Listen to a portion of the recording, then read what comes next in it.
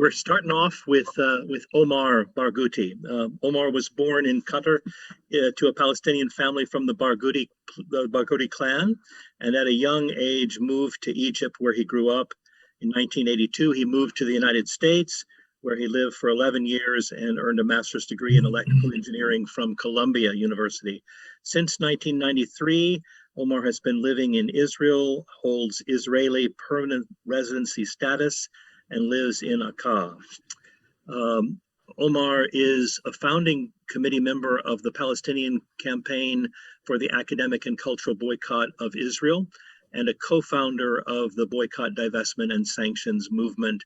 He received the Gandhi Peace Award in 2017. Omar, it's a great honor to have you with us, and we look forward to your presentation. Thank you very much for having me. I really appreciate the invitation, and I'm glad to be with you this morning, your time. I'll speak about BDS, its motives, principles, challenges, and prospects. So let me start. Israel's full enlistment of Washington, whether in the Trump era or the current Biden administration, in its war on the BDS movement for Palestinian rights, is perhaps the strongest indicator yet of the movement's impact on Israel's regime of military occupation, settler colonialism, and apartheid, and Israel's failure to crush our peaceful movement. To cite just one recent example, the Trump administration in September 2020 notified Kenya that it could forget about a free trade agreement with the US unless Nairobi discouraged politically motivated actions to boycott, divest from, and sanction Israel, and eliminated state-sponsored, unsanctioned foreign boycotts of Israel, not the US. But how did BDS, a non-violent movement, become such a strategic challenge to Israel, a country with immense military power, including a nuclear arsenal, economic strength sustained by billions of dollars in your tax money and that of Germany and others, and decades-long impunity for its egregious violations of international law. Representing the overwhelming majority of Palestinians in historic Palestine, as well as in the diaspora, the broadest Palestinian coalition in history launched the BDS movement in 2005 as a key element of Palestinian popular resistance and the most effective form of international solidarity with our quest for freedom, justice, and equality. What does BDS call for? Well, first, an end to the 1967 occupation, Gaza, the West Bank, including East Jerusalem, dismantling Israel's institutionalized and legalized system of racial domination and segregation, which meets the United Nations definition of apartheid, and upholding the internationally recognized right of Palestinian refugees to return to their homes and lands from which they were uprooted and dispossessed during the 1947-1948 Nakba.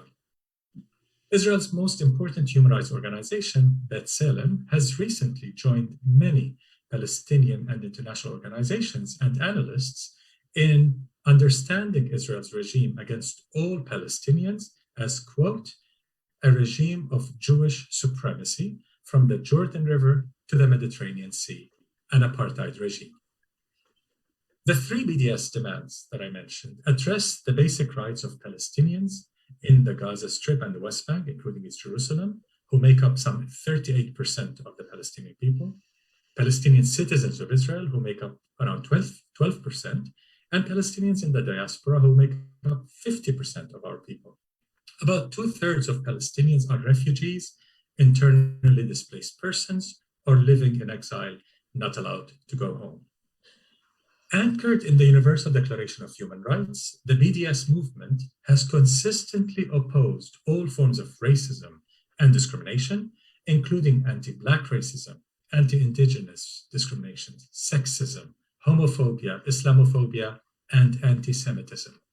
One's identity, the movement upholds, should never diminish or restrict one's entitlement to rights. BDS targets complicity, not identity, and it views globalized oppression as requiring globalized resistance and solidarity. BDS is deeply rooted in decades of Palestinian popular nonviolent resistance to settler colonialism and is inspired by the South African anti-apartheid movement, the US civil rights movement, and to an extent, the Indian and Irish anti-colonial struggles. Over the last decade, Israel has become a role model for far-right, xenophobic, and authoritarian leaders across the world, and not just Trump, across the world, causing its global popularity to further decline. In contrast, the BDS movement is increasingly being recognized as a significant partner in a growing international progressive wave fighting for global intersectional justice against the forces of fascism, xenophobia, white supremacy, and savage neoliberalism. Oppressed communities worldwide increasingly view international complicity in maintaining Israel's regime of oppression against the Palestinians as undermining the very legitimacy of the law-based international order, which in turn undermines their own struggles for justice. They're increasingly recognizing Israel's regime as including apartheid, a crime against humanity, and crucially, they're endorsing Palestinian calls for targeted and lawful sanctions to bring an end to Israel's decades-old violations of Palestinian rights under international law. For example, in a Global South response last year to the United Palestinian Appeal for Lawful Targeted Sanctions to stop Israel's apartheid regime and planned de jure or official annexation on top of de facto annexation in the occupied territory, some 10 former presidents of Latin American countries, as well as South Africa, hundreds of parliamentarians, elected officials, academics, artists, civil society leaders from Asia, Africa, Latin America have endorsed sanctions against Israel.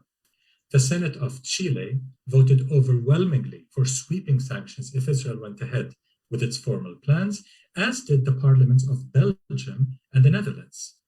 Even in the US, 12 Senate Democrats introduced at that time legislation that would prohibit Israel from using US military aid to annex portions of the West Bank. Such measures by governments and political figures partially explain why Israel's extremist government and its allies have intensified their war on BDS, which Israel has designated as a strategic threat since 2013. The impact of BDS campaigning at the municipal and political levels worldwide has figured prominently in an authoritative Israeli anti-BDS report that bemoaned the movement's increased sophistication and admitted that Israel has, quote, largely failed to disrupt the BDS momentum, despite its massive investment of human and material resources targeting BDS.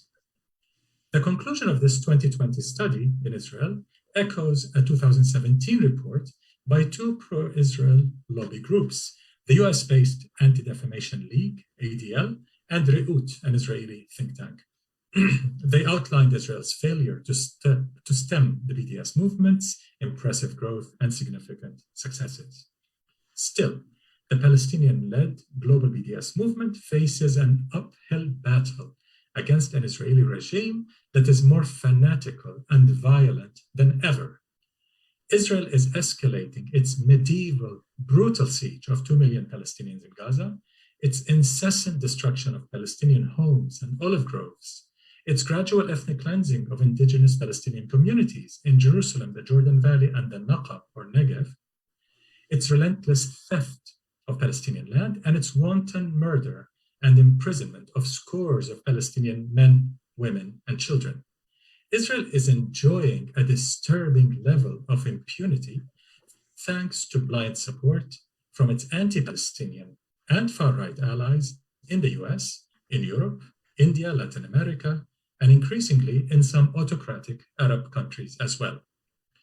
With all this, Israel projects an unprecedentedly powerful and invincible image, partly to colonize our minds with despair. The South African Black consciousness leader Steve Biko said, quote, "The most potent weapon in the hands of the oppressor is the mind of the oppressed." End of quote. Indeed, as early as 1923, Zionist leader Ze'ev Jabotinsky wrote with lucid honesty, quote, "Every native population in the world resists colonists as long as it has the slightest hope of being able to rid itself of the danger of being colonized." He goes on, "Zionist colonization must either stop or else proceed regardless of the native population, which means that it can proceed and develop only under the protection of a power that is independent of the native population, behind an iron wall which the native population cannot breach." End of quote. Aside from its more recent concrete wall, Israel has incessantly been constructing its iron wall in Palestinian minds by trying to reduce us to lesser humans, or what I call relative humans, humans only in the relative sense, isolating us from our environment and the world, and trying to sear into our consciousness through sustained hegemonic violence the imperative of submission to its indomitable power as fate. The most important goal in colonizing the minds of the oppressed is to insidiously imprint in them the lethal futility of resisting ongoing oppression.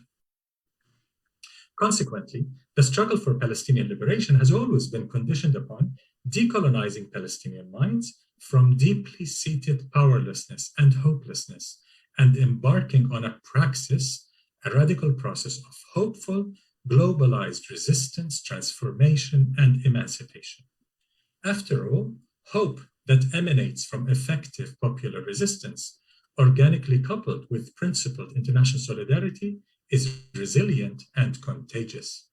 Despite decades of ruthless Israeli ethnic cleansing and settler colonial brutality, enabled mostly by your tax money, the Palestinian people have not given up. We continue to resist oppression and to assert our quest for emancipation and self-determination, as well as equal rights for all. Effective BDS campaigns have compelled conglomerates like Veolia, Orange, CRH, and others to end their involvement in Israeli operations that violate Palestinian rights. Veolia lost more than $20 billion worth of contracts over a 7-year BDS campaign. The world's largest security firm, G4S, suffered what the Financial Times described as reputational damage due to BDS campaigning.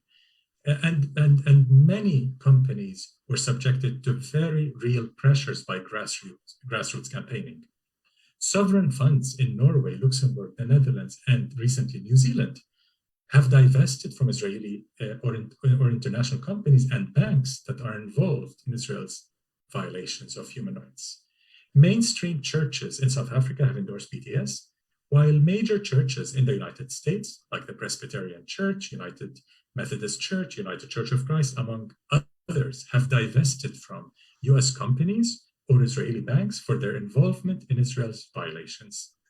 The city of Dublin in 2018 in Ireland became the first European capital to adopt BDS, while tens of other cities and hundreds of cultural institutions and public spaces across Europe have declared themselves Israeli apartheid-free zones. BDS has broadened its base of support by winning the endorsement of major international trade union federations in South Africa, Latin America, India, Europe, Canada, and the US. On tens of campuses across the US, Canada, the UK, and elsewhere, broad, progressive, intersectional coalitions led by Students for Justice in Palestine and similar solidarity groups have succeeded in passing resolutions supporting BDS measures with overwhelming majorities. Intersectionality, a concept that was developed by Black feminists in the US, is fast becoming an indispensable component of effective justice struggles by oppressed communities worldwide. Based on its inclusive and progressive principles, BDS has established and nourished bonds of mutual solidarity with movements defending the rights of refugees, immigrants, Blacks, women, workers, indigenous nations, LGBTQI communities, ethnic and religious minorities, and so on. A growing number of anti-colonial Jewish Israeli BDS supporters play a significant role in exposing Israel's regime of oppression and advocating for its boycott. The Palestinian BDS National Committee, BNC, the largest coalition among Palestinians, the leader of the BDS movement, was among the first movements to unwaveringly stand in solidarity with the Standing Rock Sioux tribe in its struggle against the Dakota Access Pipeline project. And in May 2020, the BNC issued a statement in solidarity with the Black-led uprisings for justice following the murder of George Floyd in police custody. It endorsed BLM's fight against white supremacy and its demands for reparations and for ending racial and economic injustice. In response to the impressive growth of support for Palestinian rights and BDS in recent years, Israel has since 2014 waged a global war on the movement, including extensive propaganda, legal warfare, and espionage. In 2016, the Israeli Ministry of Strategic Affairs, they have a full anti-BDS ministry in the Israeli government, established a tarnishing unit, that's the official name, a tarnishing unit, to smear Palestinian, Israeli, and international human rights defenders in the BDS movement. An Israeli minister has publicly threatened BDS activists, mentioning my name, incidentally. He threatened us with targeted civil assassination. That's his term, targeted civil assassination, drawing condemnation from Amnesty International and other human rights organizations. Israel and its lobby groups, including fundamentalist Christian Zionist groups, have succeeded in passing anti-BDS legislation and statements in some 32 US state legislatures, as well as in Congress, drawing condemnation from the American Civil Liberties Union, the ACLU, which condemned such legislation as unconstitutional and reminiscent of, quote, McCarthy-era tactics. Several federal courts have already frozen or overturned anti-BDS legislation in Kansas, Texas, Arizona, and Arkansas, citing their incompatibility with the First Amendment of the US Constitution. While Israel celebrates its enormous influence in the United States, it is missing the growing undercurrent of resentment and apprehension that these McCarthyite tactics are creating. A University of Maryland poll published in 2020, for instance, revealed that 72% of all Americans, 80% of Democrats, were opposed to anti-BDS legislation because they infringe on freedom of speech. An earlier poll in 2018 showed that 40% of Americans, 56% of Democrats, support imposing sanctions or more serious measures on Israel to stop its illegal settlements. Reflecting this shift, a recent letter in Congress signed by progressives warns that Israel's formal annexation of more occupied Palestinian territory would, quote, lay the groundwork for Israel becoming an apartheid state, end of quote. The letter concluded with a stark threat to condition the $3.8 billion in annual US military funding to Israel on its respect for Palestinian rights. Progressive Jewish groups, led in the US by Jewish Voice for Peace, have played a critical role in this overall shift in US public opinion, including a dramatic flux in liberal Jewish Americans' views of Israel, particularly among millennials. According to an extensive survey by the Jerusalem Center for Public Affairs, a right-wing pro-Israel lobby, up to 25% of liberal Jewish Americans are intensely critical of Israel and Zionism itself, including attitudes that Zionism may be a colonial and or racist apartheid movement as practiced in Israel today. Another survey conducted by the more liberal Israel lobby, J Street, published also in 2020, shows that 22% of Jewish Americans under the age of 40 support a full boycott of Israel, 22%. In a recent major blow to Israel's lawfare or legal warfare efforts in Europe, the European Court of Human Rights ruled unanimously last year that the highest French court's 2015 criminal conviction of BDS activists advocating nonviolent boycotts of Israeli goods violated Article 10 of the European Convention on Human Rights. BDS is a matter of freedom of expression, the court ruled. So what did Israel do in response? The new anti-Semitism, quote unquote, a weaponized definition of anti-Semitism. In light of the lawfare strategy's dismal failure to criminalize or quash BDS, Israel and its lobby groups have aggressively promoted a revisionist definition of anti-Semitism that aims to shield Israel from being held accountable to universal standards of human rights and international law, as 40 Jewish organizations have said. But claiming that boycotting Israel is intrinsically anti-Semitic is really problematic. It's not just baseless propaganda. It absurdly equates Israel with all Jews. This is as bigoted as claiming that boycotting a self-defined Islamic state like Saudi Arabia, say, over its legalized discrimination against women or its war crimes in Yemen is tantamount to being Islamophobic. Nonsense. Since there is nothing Jewish about Israel's regime of occupation, siege, ethnic cleansing, and apartheid, there's nothing inherently anti-Jewish then about a nonviolent, morally consistent, anti-racist human rights movement working to end this oppression. Israel's own embrace of patent anti-Semites has irked even some of its staunch supporters. In 2019, for instance, when the Israeli government led by Netanyahu hosted the prime ministers of Hungary and other East European countries, Orban and others, all of whom have made public anti-Semitic and xenophobic statements, some tried to defend this invitation. A Likud member in the Knesset at the time, Anat Berko, said, quote, "They might be anti-Semites, but they're on our side," end of quote. Just imagine. The BDS movement upholds that fundamentally, solidarity with the oppressed entails working to cut the links of complicity with the oppressor. In other words, to do no harm.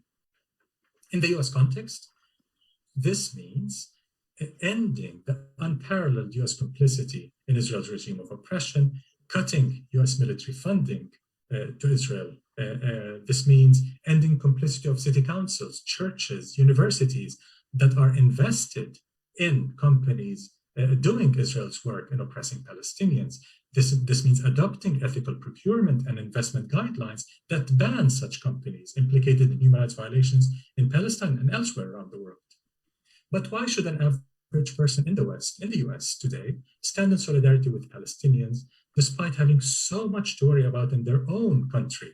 Rising unemployment, poverty, systemic racism, healthcare issues, education, infrastructure disasters, especially given the COVID-19 crisis. Well, as Archbishop Desmond Tutu of South Africa famously said, if you are neutral in situations of injustice, you have chosen the side of the oppressor. For a citizen of a more or less democratic society like yours, which is deeply complicit in Israeli war crimes, as well as in Saudi, Emirati massacres in Yemen, in death squads in Latin America, war crimes in Afghanistan, and so on, neutrality means accepting this complicity, siding with the oppressor. To end, oppressors are more united than ever, and oppressions have never been more intersectional. It is high time to explore the mutuality of contemporary globalized resistances. Divided, we fail. United, we prevail, or at least maximize our chances of success. Thank you. Thank you so much, Omar. Wonderful.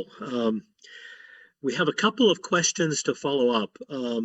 First, I just wanted to ask you, where do things stand now in terms of travel restrictions? We know the pandemic has certainly restricted travel, but we know that Israel has restricted your travel in the past.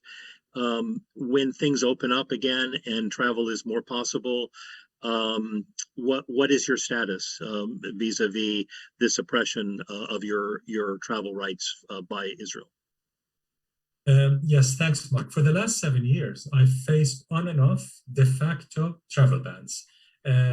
When my mother had to undergo cancer surgery in Jordan, for example, I was denied the right to travel to be along her bedside. I was banned several times, and then I was allowed a couple of months, 6 months, 3 months, and then banned again, on and off for 7 years, as punishment for my human rights activism.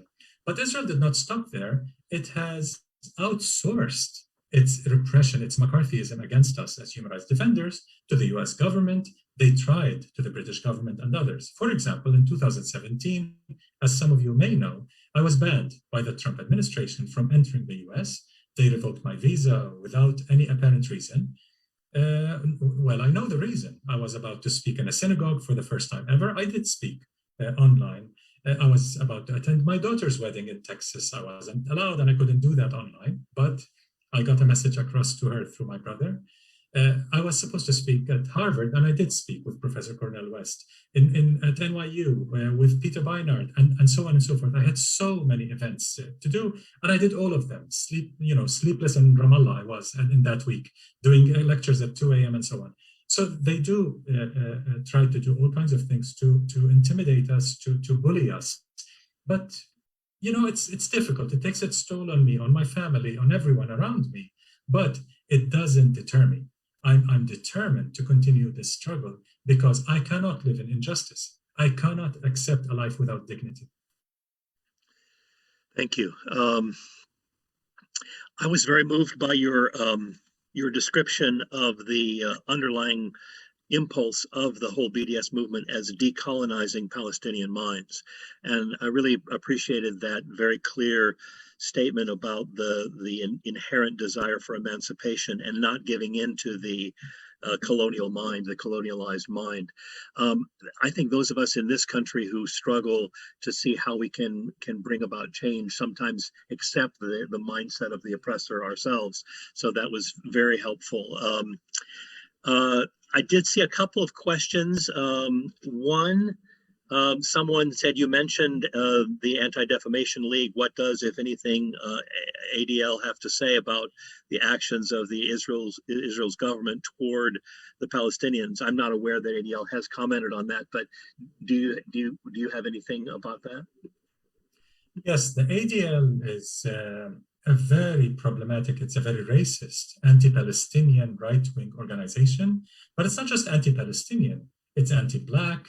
It has played a role spying with the FBI against anti-apartheid activists during the anti-apartheid struggle, South African anti-apartheid struggle in the US. So the ADL has this history, this very long record of being on the side of the oppressor, on the side of repression of civil rights and human rights, contrary to its image as defending civil rights for everyone. It's a very right-wing racist organization. I urge everyone to go online and see the campaign led by Jewish partners against the ADL. Jewish Voice for Peace and other Jewish groups have launched a campaign supported by many, many groups, Latino, Black groups, indigenous groups, and others, and of course, Palestine solidarity groups, exposing the ADL for what it is. Good, thank you. Here's another question for you, Omar, from Wally Yazbak. It says, Omar, what is your perspective in the inclusion of a terror group of Kach and the Kahanists as members of Knesset and allies of the Likud and ultra-Orthodox extremist parties? This party is listed as a terror group in the United States as far as he remembers. And this is all part of the extreme rightward shift going on in Israeli politics. It's been going on for many years, especially hardening under Netanyahu. What is your perspective on that? Okay, well, it's not the first time and it's not the worst thing that happened.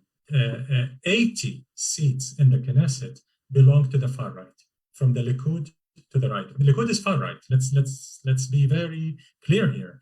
By any international standards, Likud is a far right party. It's against equal rights for Palestinians in Israel. Forget the Palestinian non-citizens in the occupied territory, let alone Palestinian refugees. We're talking about Palestinian citizens in Israel.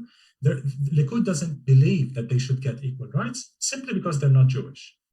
That type of racism, that type of Jim Crow racism does not belong to the right, that's the far right. So everything from Likud onward is 80 out of 109 Jewish Knesset members, and 110 Jewish Knesset members, 80 of them are the far right, 80. So it's a horrible shift to the far right that has taken over Israel over the last 10 years or so. So now with a fascist party like the Kahanists joining the Knesset, the mask has been dropped entirely. So this whole time, Israel is trying to wear its worn out mask with difficulty. Now the mask is gone, simply. The fascists, the neo-Nazis are in the Knesset, and they're openly calling for killing Palestinians, for expelling Palestinians, ethnic cleansing, and so on. But so is Likud.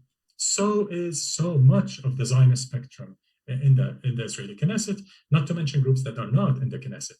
So fascism has become much more in vogue in Israel today. But unfortunately, this impunity, Israel is the only country that can get away with this while still be considered a quote democracy and still receiving billions and billions of US tax money. So this becomes the most urgent form of solidarity, doing whatever it takes to change policy from the city level to the state level to the federal level to cut US military funding to Israel. It's the most urgent thing to do. All right. Another question here about, do you have any idea of the level of support for BDS within Israel? It's very hard to tell. We don't have any statistics, but we know that it's increasing. It's a small number, to be honest. It's not a large number of Jewish Israelis who support BDS, but we're very proud of their support, of their courageous position, despite the repression. 20, 30 years ago, Israel has always been an apartheid state, but at least it used to be democratic for Jewish Israelis. They really enjoyed a lot of rights, democratic rights, freedom of the press, freedom of expression, forget Palestinians. We were always the underdog, always the third-class citizens. But even for Jewish Israeli dissidents today, it's becoming scary. Our partners in Israel face enormous repression, threats, intimidation, and all kinds of smears that they are traitors, and you know what to do with traitors. You see the comments in newspaper articles about the left, the real left in Israel, the anti-Zionist left, all kinds of threats, and they should be thrown into the sea 6 feet under the, very, very scary stuff. But that has become normalized with this militancy, with this militarized society in Israel. Yes, it's also affecting dissidents. So I think the number is still very small, but we're very proud that it exists and it's growing. Okay, let's take maybe two more.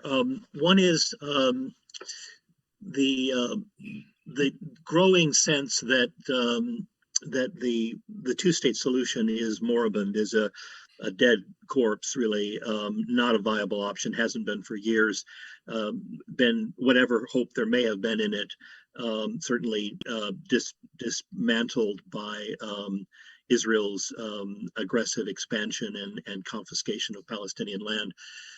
But also the growing interest in the one-state solution. And of course, it's not a new idea.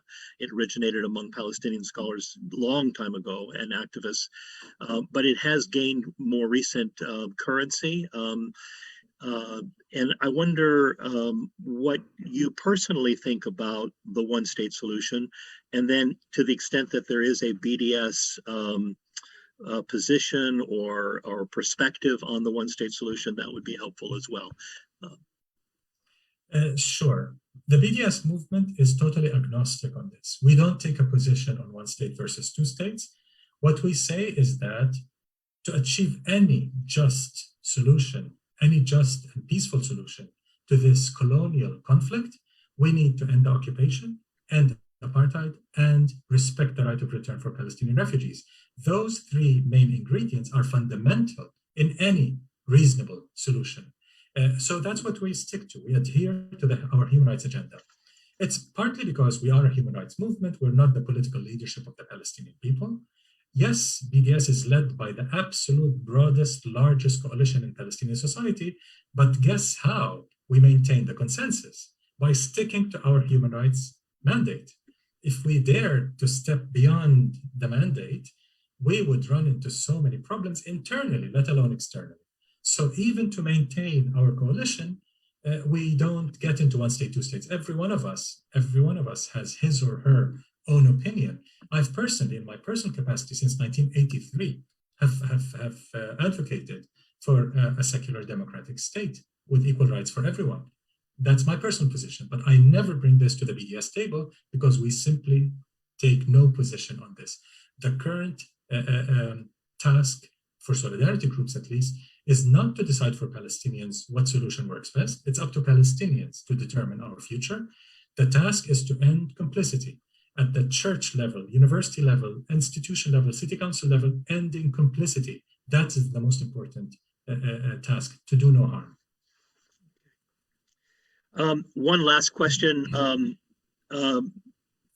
The Jerusalem Declaration on Anti-Semitism, which come out recently, included a number of Holocaust scholars and prominent Jewish intellectuals as an alternative to the IHRA definition of anti-Semitism. I know BDS has offered a really thoughtful critique of that. Could you briefly comment on the IHRA definition of the International Holocaust Remembrance Alliance, a definition of anti-Semitism, the New Jerusalem Declaration, and the new BDS critique of it? Sure. In a nutshell, the so-called IHRA definition of anti-Semitism is not related to the real struggle to end anti-Jewish racism. As tens of progressive Jewish groups, as hundreds of the most prominent scholars of the Holocaust and of anti-Semitism have already written, that the IHRA is designed to protect Israel and its regime of oppression from censure, from accountability to universal standards of international law. That's what it does, basically. It silences Palestinians and advocates of Palestinian rights. It tries to criminalize our speech in defense of our own rights and our narration of our own history. That's what the IHRA does. It's a McCarthyite tool galore. There's nothing as repressive as this is. And they're trying to pass it, to codify it into law and policy in the US and across Europe. So this new declaration on anti-Semitism, signed by many prominent academics, Jewish international and Jewish Israeli academics, is definitely a far better definition, of course. And it goes to refute the main premises in the IHRA. It says, calling for BDS per se is not anti-Semitic. Calling for a one-state solution is not anti-Semitic. Advocating against apartheid Israel, saying Israel is a settler colony, and so on and so forth, are not anti-Semitic per se.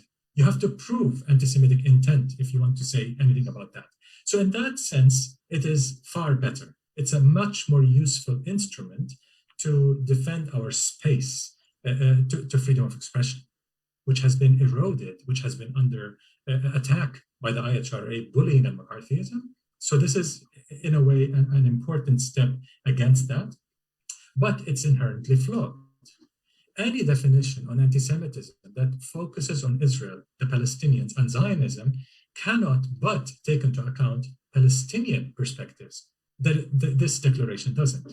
They simply ignored representative Palestinian views on this. But what does Palestine have to do with anti-Semitism to start with? What does Jerusalem have to do with anti-Semitism? Why don't you stick to the real source of anti-Semitism? The absolute majority of anti-Semitic hatred and violence in this world come from the right and the far right, from white supremacists. The JDA does not mention white supremacy once, only in the Q&A after our critique. They've included mention of, they do not mention white supremacy whatsoever. At the same time that Israel's best friends in Germany, for example, the fascist far right, were advocating for criminalizing BDS in the Bundestag, in the German parliament, a police report in Germany came out early this year saying that in 2020, there was a sharp rise in anti-Semitic attacks, 96% of which, those attributable to a clear motive, 96% were perpetrated by the right and the far right. 96%. Israel's best friends in parliament are the ones responsible for the 96% attacks against Jews in Germany. And the Bundestag is busy criminalizing BDS, trying to silence BDS. So that's the formula. As Anat Berko, the member of the Likud in the Knesset, said, they're anti-Semites, but they're on our side. If that's the new formula, then it's okay to be anti-Jewish as long as you're pro-Israel, as long as you accept Israeli apartheid, it's okay to be anti-Jewish. That's, in a nutshell, what the IHRA stands for. In that sense, the JDA, the new declaration on anti-Semitism, is a step that can help fight back, roll back IHRA repression and McCarthyism. Excellent. Thank you so much.